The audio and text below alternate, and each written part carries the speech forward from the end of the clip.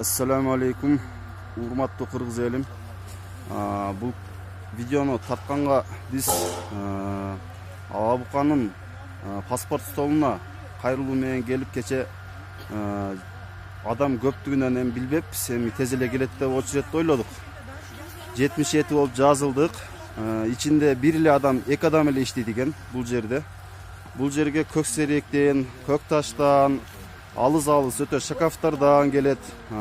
Бул Алабука району өтө чоң район. Паспорт столго келишет.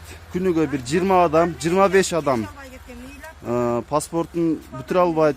Же ушундай ишчилери же жакшы иштебейби? Бул жерге 120 депутаттын ордуна ушу 120 кызматчы алып койсо жакшы болот эле деп ойлойм. Башкасын билбейм эми. Бул жерде азыр саат 8:30 деле боло элек. 8:30 боло электе уже адамдар 40 адам очерет уже. Мерге жазып атат бул жежем. Кенсез очерет көрсөтүп коеюн.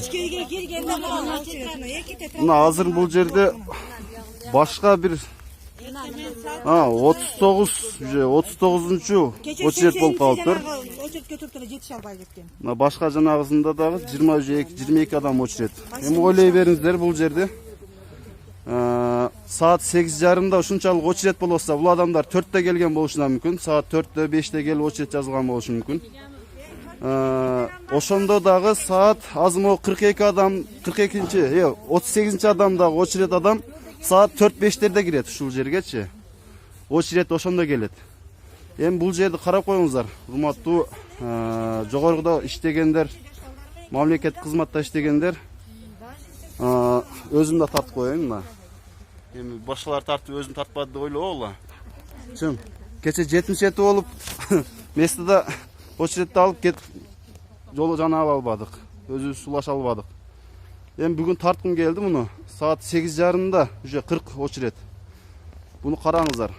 Болбосо мен күнүгө тарта берем муну. Качанга чейин бул маселе чечилмейинче тартыла берет бул видео. Сүйлөңүздөр. Канча күндөн бери бүтүрө албагандар бар ичинде? Айтыңыздар. Бир жума болдубу? Мына бир жума болуптур. Аким айта бериң. Уялбай айта бериң мунучу. Жогоруда караш керек муну. Алабуканын бул паспорт столдогу маселесин чечиңиздер. Мен башка жактагы эми очереттер көрбөдүм. Паспортко ишим түшкөн үчүн бул жерге келип атам кечеден бери. Буну карап аласыздар.